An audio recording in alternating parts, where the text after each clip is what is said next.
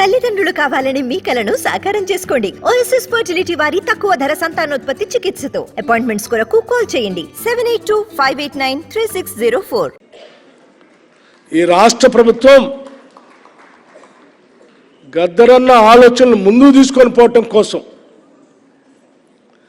ఆయన భావజాలాన్ని అమలు చేయటం కోసం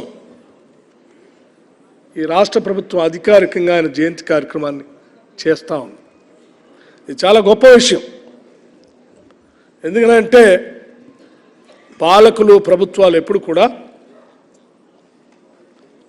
సమాజంలో ఉన్నటువంటి సమస్యలపైన పెద్దగా దృష్టి సారించకుండా రకరకాలైనటువంటి వారి స్వంత స్వలాభం కోసం పనిచేస్తున్నటువంటి ప్రభుత్వాలు మనం చూసాం గతంలో. కానీ అటువంటి ప్రభుత్వాలకు భిన్నంగా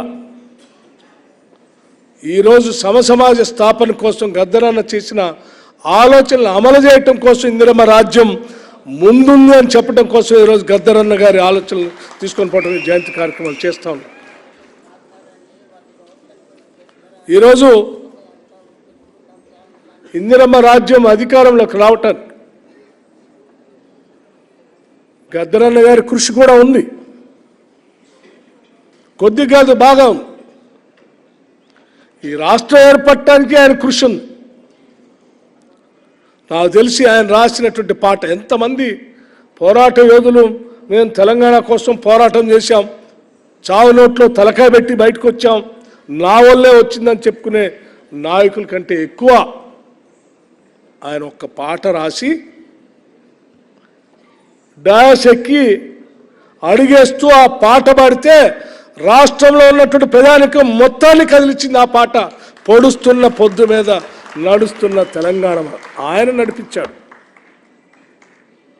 ఆయన కదిలించి నడిపిస్తూ ఉంటే దాంట్లో ముందు నిలబడి ఇదంతా నేనే నడిపిస్తున్నా అని చెప్పి చాలామంది నాయకులు అనుకొని నా వల్లనే తెలంగాణ వచ్చింది అనుకున్నారు. కాదు,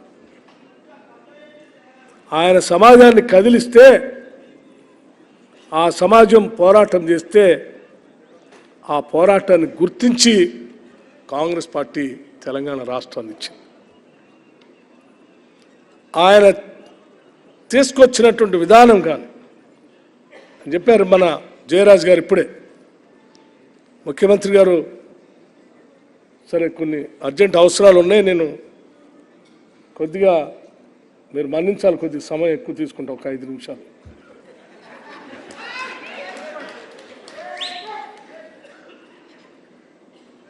వారు తెలంగాణ కోసం పాదయాత్ర చేశారు.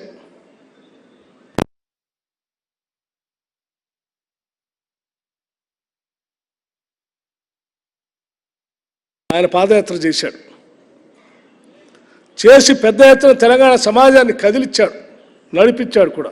సకల సమస్యలకి పరిష్కారం, తెలంగాణ ప్రజలు ఎదుర్కొంటున్నటువంటి సకల సమస్యల పరిష్కారం ప్రత్యేక తెలంగాణ రాష్ట్రం అని సంపూర్ణంగా నమ్మి ఆ ప్రత్యేక రాష్ట్రం కోసం ఆయన నడిచాడు, ఆడాడు, పాడాడు. అందుకే తెలంగాణ వచ్చింది.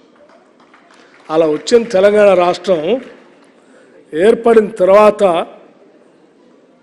అదే గద్దరన్న ఈ రాష్ట్ర ముఖ్యమంత్రి ఇంటి ముందు నిలబడి, ఎండలో నిలబడి 3 గంటలు పైబడి అపాయింట్మెంట్ కావాలా, సమస్యలు చెప్తా అంటే గేట్లు తెరుచుకోలేదనంటే ఇప్పుడు ఉన్నటువంటి ముఖ్యమంత్రి ఇందిరమ్మ రాజ్యం ఆ గేట్లు బద్దలు కొట్టింది. గడిలు బద్దలు కొట్టి ఇది ప్రజాభవన్ అని చెప్పేసింది. ఇది ప్రజల కోసం ఏర్పాటు చేసిన ప్రజాభవన్ అని చెప్పి దానికి జ్యోతిరావు పూలే అని నామకరణం చేసి రాష్ట్రంలో ఉన్నటువంటి ప్రజలందరూ